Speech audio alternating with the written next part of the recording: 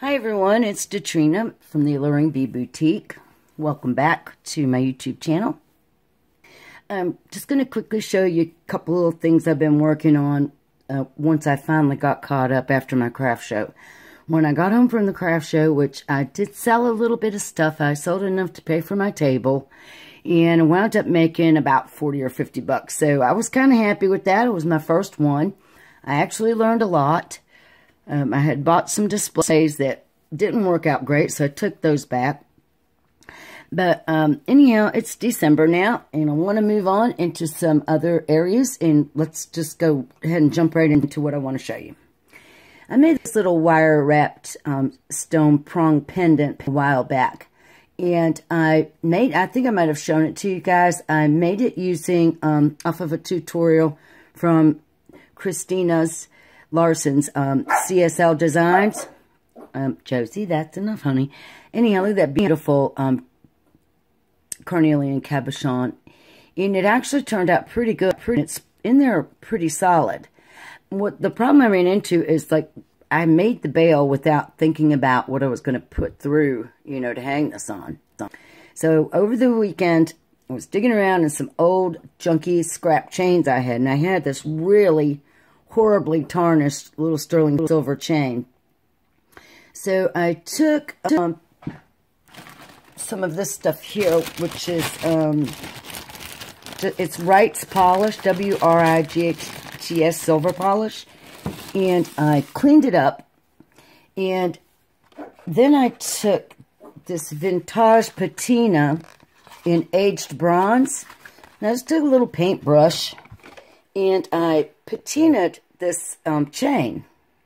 And then I took a hair dryer and I heated it. After I let it dry for a pretty good while, probably about 5 or 6 hours. Then I took and heated it with a hair dryer, because it does say on the instructions to set with the heat gun or something. But anyhow, I like the way it came out. I think it's really cute, and I just wanted to show you that, you know, finally tried my vintage patinas that I did a post on my blog about a couple of months ago. I hadn't tried it yet, so I finally got around to it, and look, it matches really nice, and it came out really cute. So I just wanted to show you that really fast. Something I want to talk about, here's another something just to look at really quick, from the aqua and gold craw earrings that I made on the other video, and I'll put a link to that. But anyhow, look at this. I've bought some antique silver, just metallic Toho C beads, and I was playing around with the color just for a little bit because I want to see how it looked. And look how cute it looks with these little orange glass pearls inside. So I'm going to finish those up into a similar pair of earrings like the one in the video. Isn't that sweet? Anyways, I like the way the orange looked. It just came out looking really good. I started with pink, and I didn't like the effect. But when I put those creamy orange pearls in there, it looked really good. And here's just another quick little square of craw and some opaque snowy white 11-0s. But I got all my new items listed on the website. And I have a coupon code if anybody's interested. It's HOHOHO20. It's good till December the 16th. It's 20% off of jewelry and patterns, plus free shipping in the United States on any jewelry. So I got all of that done, and I was like feeling the blues. I was doing Christmas shopping and was stressing out. And I really I needed something to distract myself. And I've had in my email for about a month now an email from Craftsy Unlimited, which is, you get a 14-day free trial. So I started that 2 days ago. And I'm going to be trying out a lot of these different classes on the Craftsy platform, so I can decide if beginning in January I want to pay $14.99 a month for a lot of the classes in there. But it's really cool. And so I started out, and I'm just sampling the classes and picking through and, you know, trying to see what I like. Anyhow, there's on Beaducation, I was sitting tinkering around watching one of their classes on there that is about making wire components and findings. So I haven't finished that class yet, but I was just playing around and trying to perfect my wire wrap loops a little bit. And I had these old Bakelite beads from, that are really vintage and really beautiful. So I made this pair of earrings right here, including this crazy looking ear wire that I was just playing around with, an ear wire concept.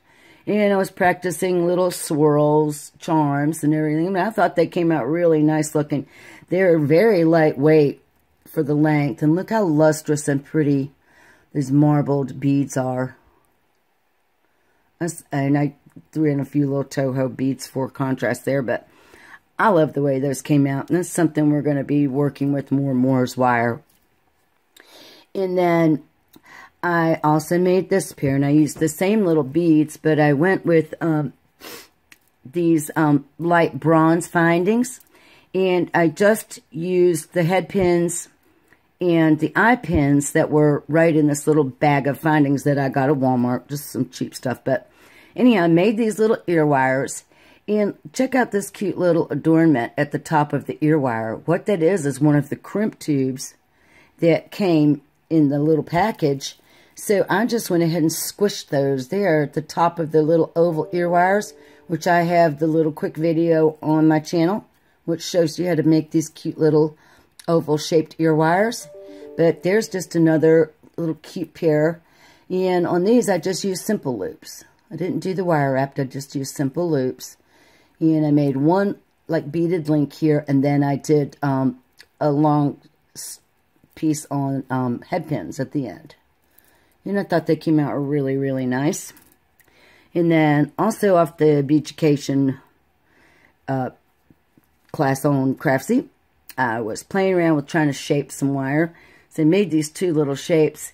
So I just threw them on some little handmade ear wires right here, and I think they're really cute. And I like the fact that they don't exactly match and that they are very geometric, geometrically shaped and contrasted. And I think it's an adorable pair of earrings, and it's kind of trendy. A lot of people are wearing mismatched earrings.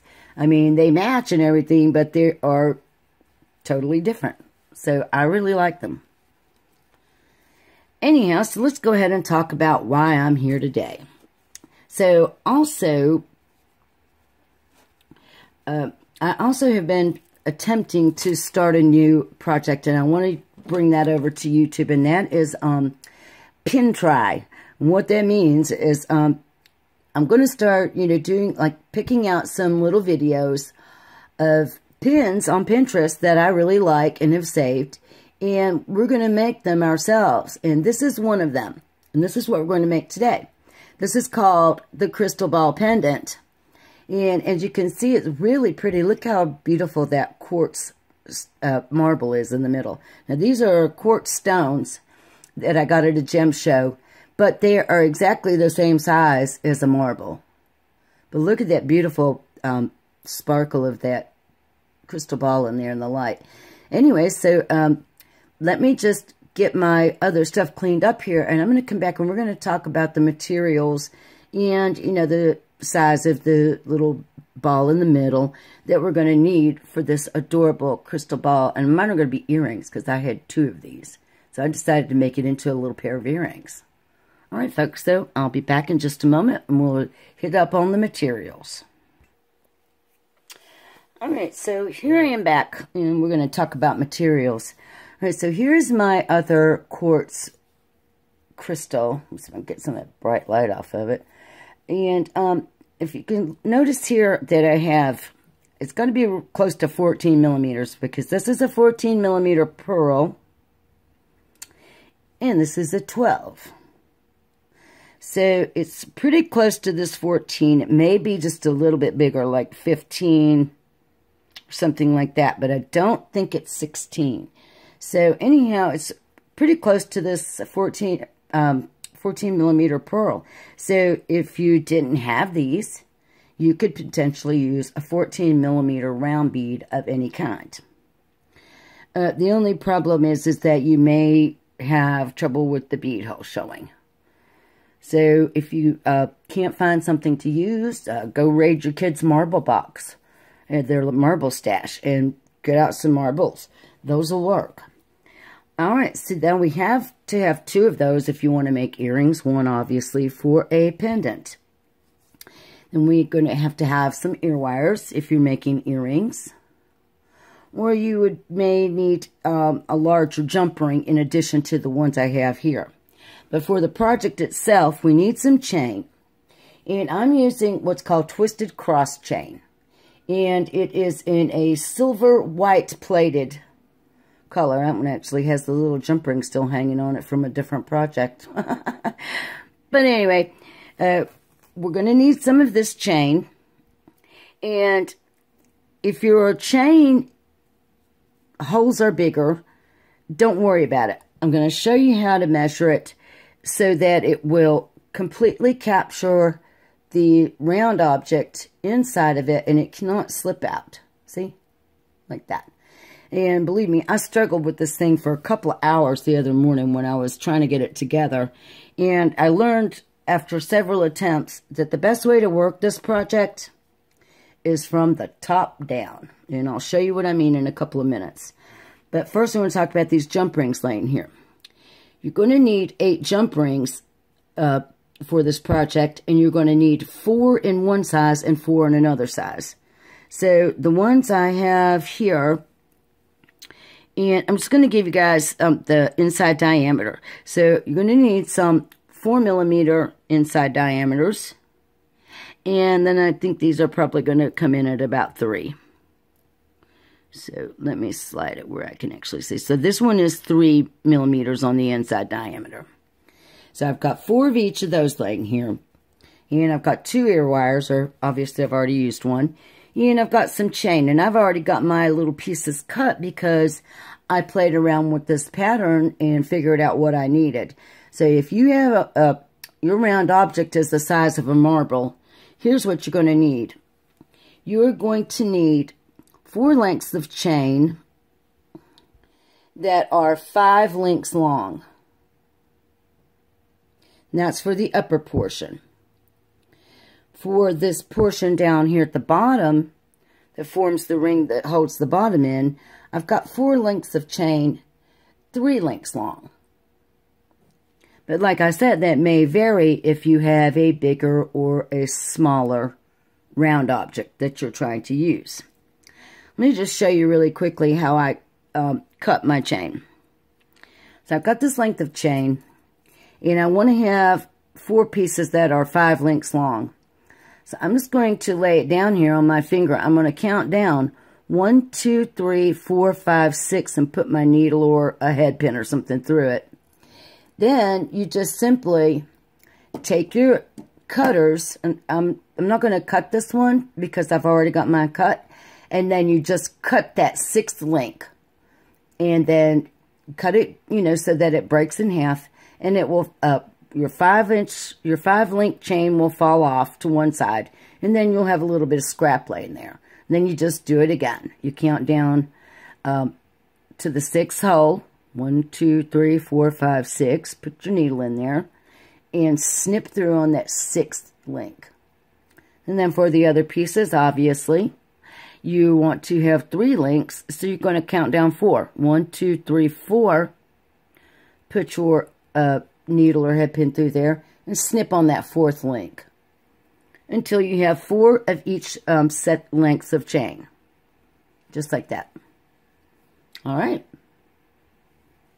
So now I'm done with everything except for some pliers.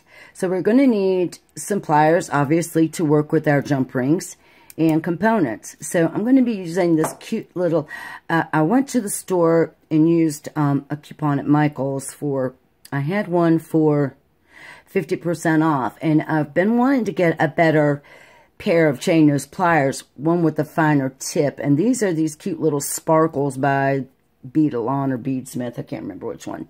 Anyway, they're really cute. And I really like the fact that they got this nice little fine tip on them. I don't really like them for jump rings. I just wanted to show them to you. The ones I like for jump rings are my old cheap crap ones that I got at Walmart a long time ago. But they work really good in conjunction with my Bead Smith flat nose pliers for doing jump rings. You can also use one of these handy dandy little jump ring tools if you so choose. But let's go ahead and get started. The first thing we're going to do is open up two of our larger size jump rings here. So let's go ahead and open up two of those.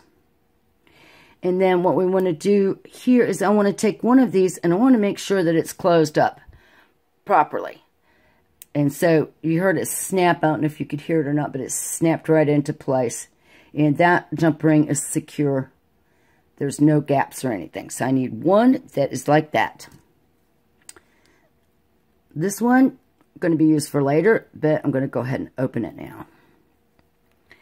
All right, so I have my two open jump rings, and the first thing I want to do is put two of my longer chain lengths onto each one of these two jump rings. So there's one. Make sure that you're getting the very end link on those two links. Put them onto your jump ring and close it up. And then repeat that for the second jump ring here. Now these are your bigger jump rings, remember. So that's the first step.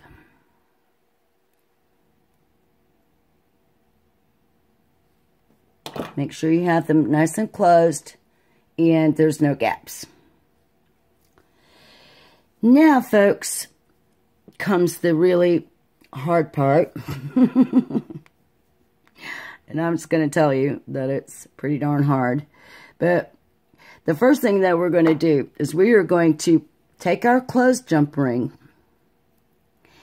and we're going to, it's really not easy to do, so just bear with me. We're going to slide two of our chains down into this jump ring. We want to move that jump ring till it comes up against the jump ring at the top, like that. Then I'm going to carefully lay this down because I don't want to lose that jump ring I just threaded my chains through. So now I'm going to take my little jump rings and I'm going to put one on the other end of each length of chain here. And I'm going to close them up.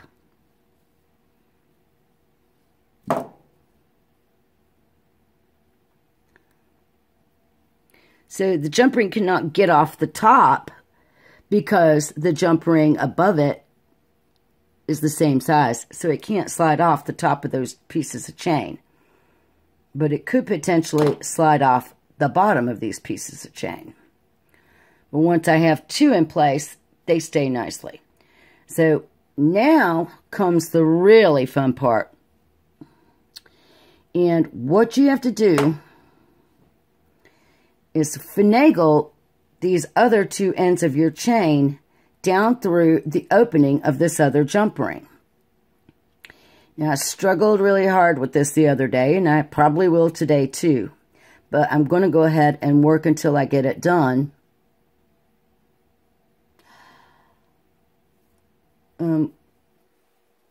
Not sure what happened there. Anyway, sorry. I thought maybe something happened to my camera. It got really dim on the screen.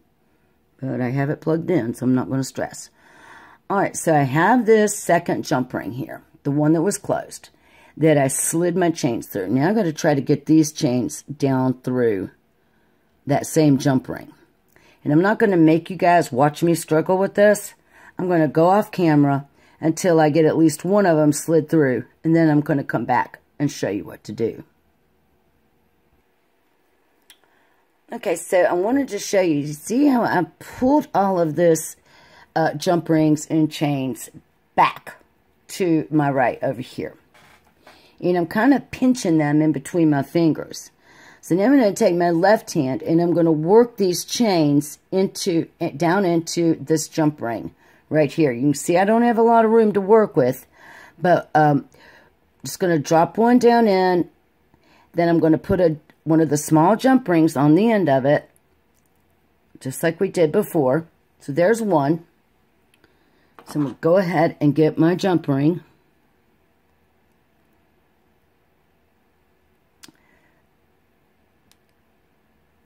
I'm going to open it up. Hopefully not drop all of this work that I just worked so hard on. Now, I'm going to go ahead and close it up. just like we did before. Make sure that you get that nice little snap sound, or that your jump rings are closing up right. If they're not, you may need to get another one out. And I bought these jump rings from this, whatever they're called, Bead Nova. Sometimes the ends have not been snipped flush, and I have to really work hard when I'm trying to do projects. But if I run into a problem, I just set it aside and I get another one out. So now what I need to do is get that last link of chain down through this open jump ring. So I'm going to go ahead and do that off camera, and I'll be right back. Alright, so I've got it poked through there, and I did want to let you know that if you're having trouble, you can lay this work down, and it will help you to find your place.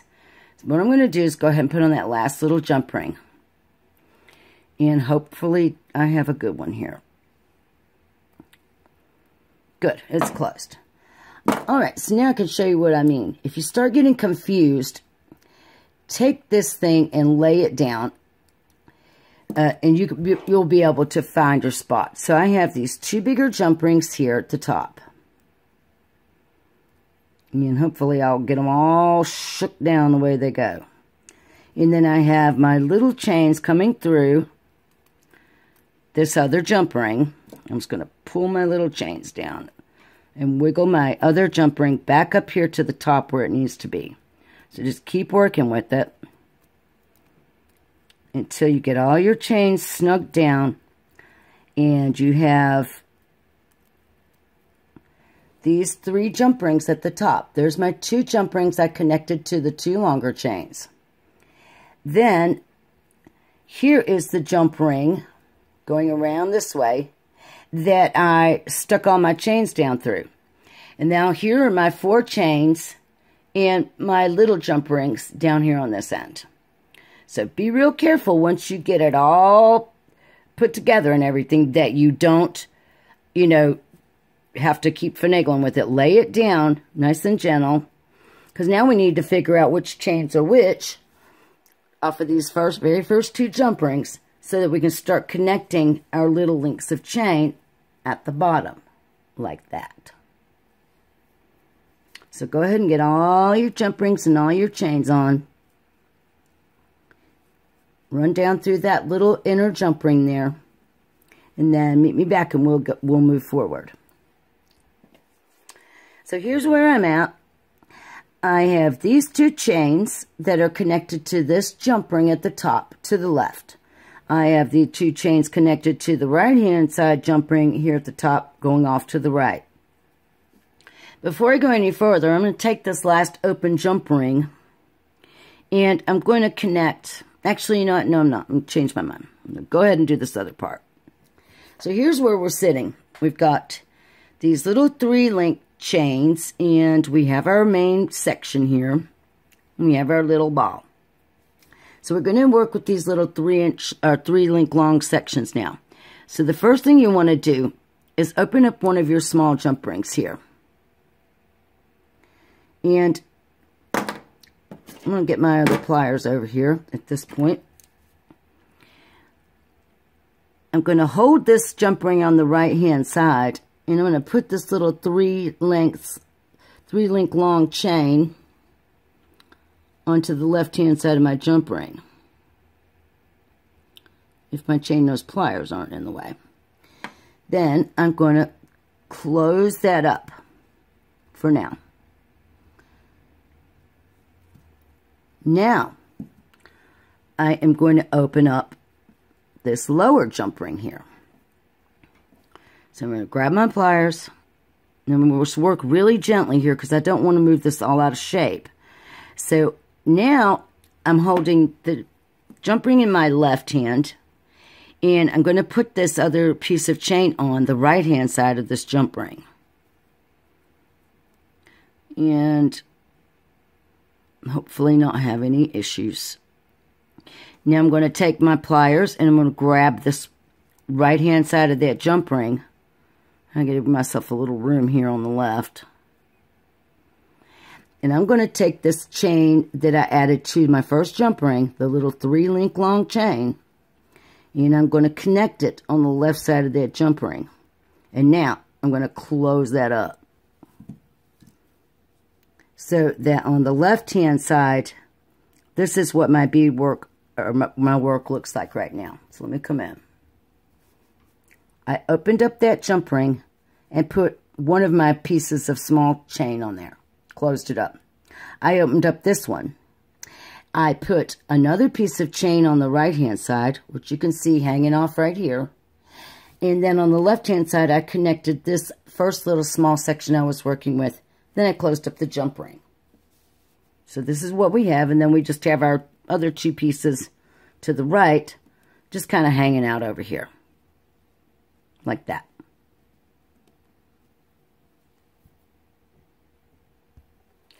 So now I've spread this out just a little bit so you can see a little bit better what I'm up to. So now I'm going to be working with this jump ring, the bottom side right. You turn it just a little. And find your opening of your jump ring. And go ahead and open that and hold it on the left-hand side. Take another one of your smaller chains, put it on the right-hand side. Now, grab the jump ring with your right hand pliers and connect your previous chain over here on the left. And then close it up. And then check and make sure, that you didn't just screw the whole thing up. So, I need to check that jump ring because I am afraid I might have.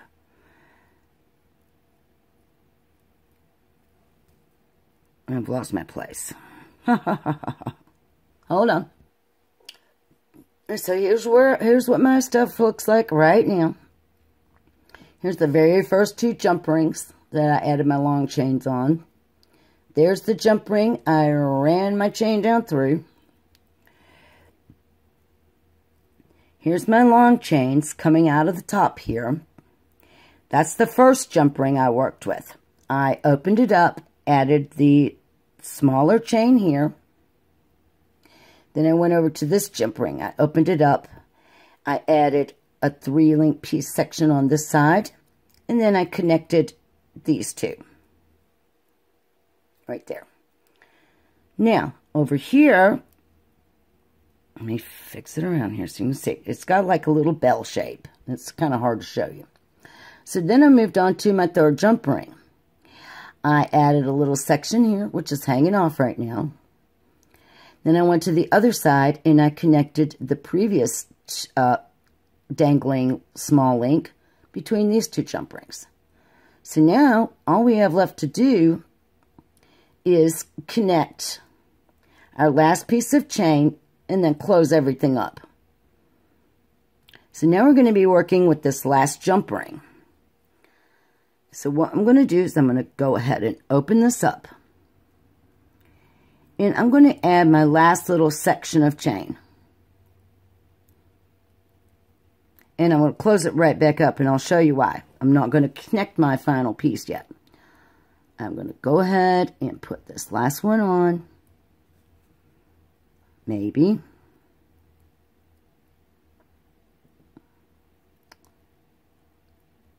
Don't give me a hard time, jump ring. Alright, so I've got that last little piece of chain added. Oops, sorry guys, I'm way up in your grill. I opened up my last jump ring that was hanging free.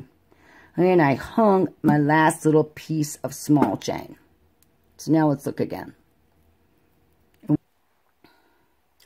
So I had a little mess I had to straighten out. But now I just want to show you where we are. Here's the very first jump ring that we started with. I opened it up and put on one piece of chain. Then I closed it up. Then I moved over to this jump ring right here in the middle. I opened it up.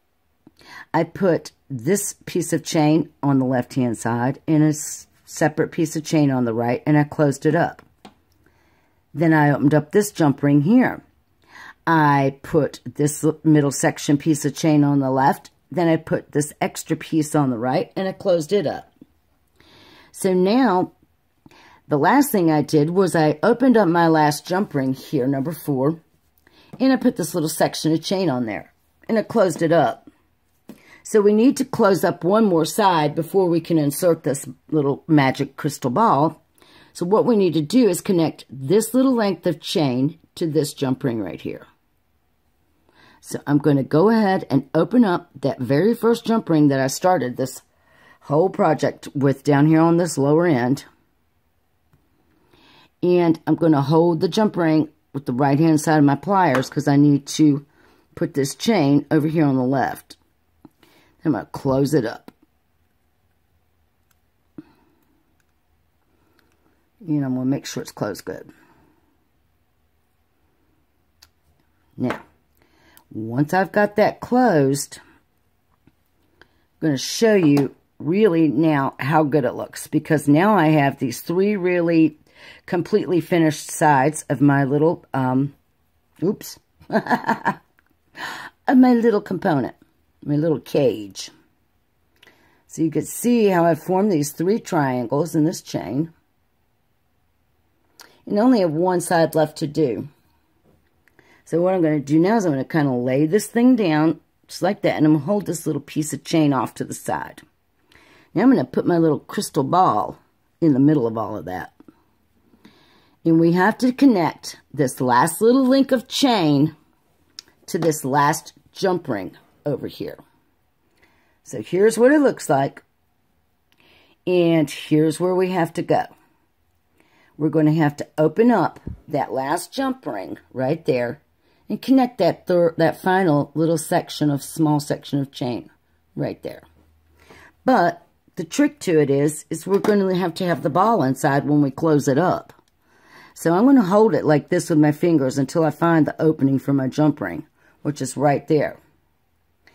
I'm going to lay it down very carefully. I'm going to try to open up this last jump ring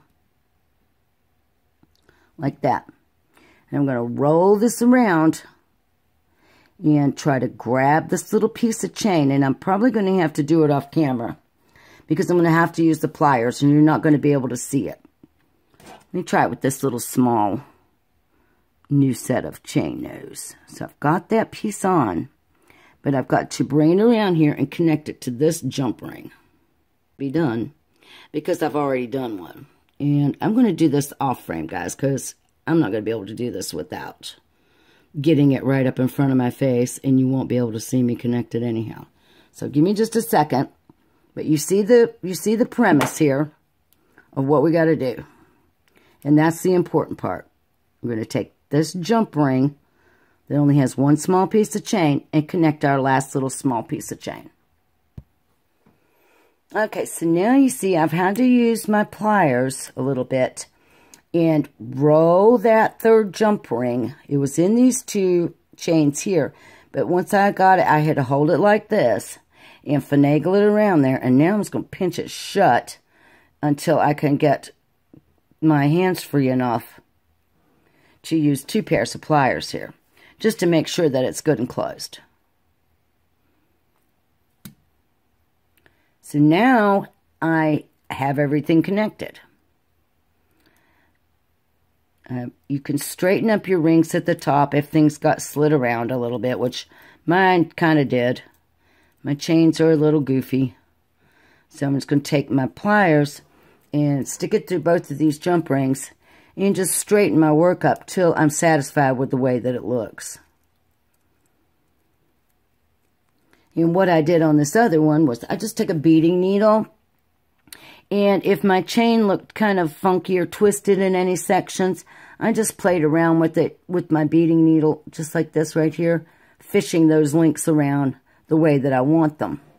So now I've just got this last little open jump ring left over here. And what you're going to do with that is you're just going to run it through both of your 2 jump rings at the top. Just like that. And I don't know if this, if you guys think this is a very confusing video. It is kind of confusing. Because it's like 3-dimensional in and of itself. Especially that last link. So let's dissect it while we're looking at it.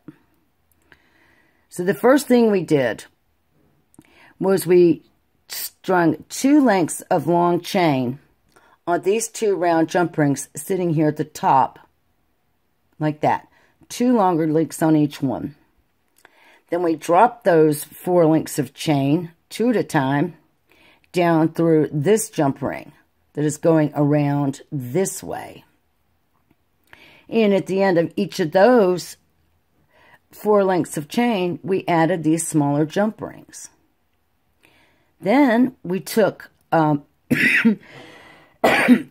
excuse me, we took our smaller little lengths of chain of 3 links, 1, 2, 3, and we connected them between the jump rings here on the bottom that hold this little ball in place.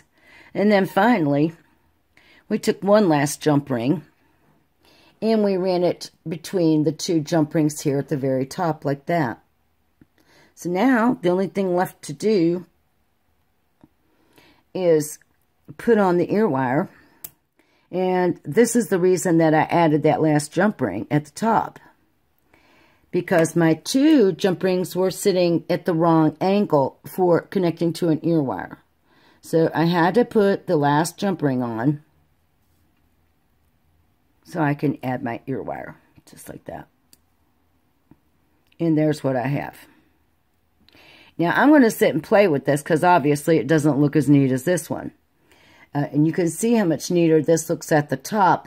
That's because I sat and played around with it with a beading needle and straightened out these links of chain till everything looked nice and professional and neat. Probably wasn't a great idea to use that twisted cable chain. Mayhap, may not. It was a Pinterest pin. I didn't have any directions, any measurements, or anything to go by. So maybe we can revisit this project later on and try it with some different options, like some, you know, different metals of chains and some different type of round object here in the middle. But that is it for today's little quick tutorial, guys. Sorry that it's a little complicated, but I wanted to try the pin, and I thought maybe you would too.